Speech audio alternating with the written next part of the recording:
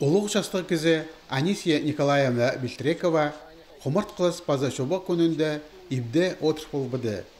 Асқы салдағы Шиңс паркынзар келбенді істенмеді.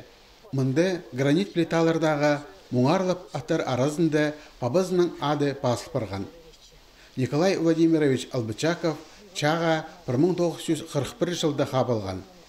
Аның туған чағынарынан аным жоқтызып баршатқаны түсесті қызы жақтың сағызында түстелі болған жылы қалған. Соның от белтері алзар пабызы сағбы жоқшыт барған тіп піші келген. Балалар пабызын жоқсынмызыныр, кізіден қомай болбызыныр деп, жезе қара күнерті тоғынған. Улуда болсам, апын сағын жүрегім қомай болып білтірші. Ез жоқтыншым. Абым аказывсыз бар болған бұлтыр, мен сағынам абым жоғылтып сағыншым. Ам бар болған бұлтыр.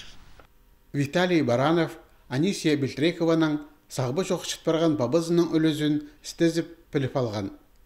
Николай Албычаков Шиберге июльда 1944 жылда Брест облысында мақашылар өлімінің шатқалған.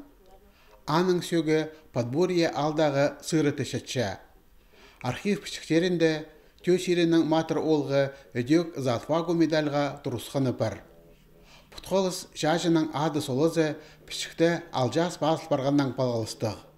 Әде ол Хакасияның паза Башкирияның құмыртқы книгаларына кертіл барған.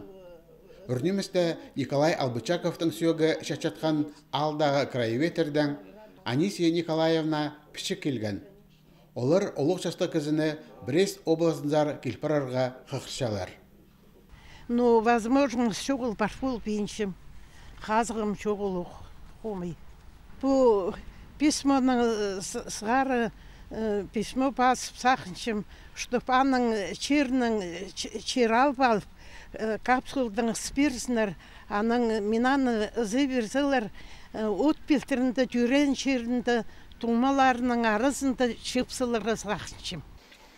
Шиберге 2 июньда тексе Россияда құмырт қылыс светшізі акция иштірілшеткенін істеп, Анисия Николаевна ол шөрімге қозларға жаратқан.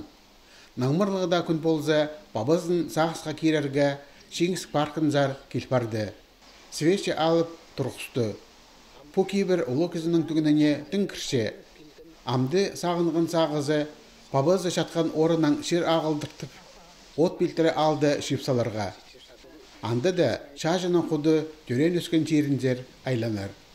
Алексей Баргаяков, Иннокентий Арыштаев, хабарларға.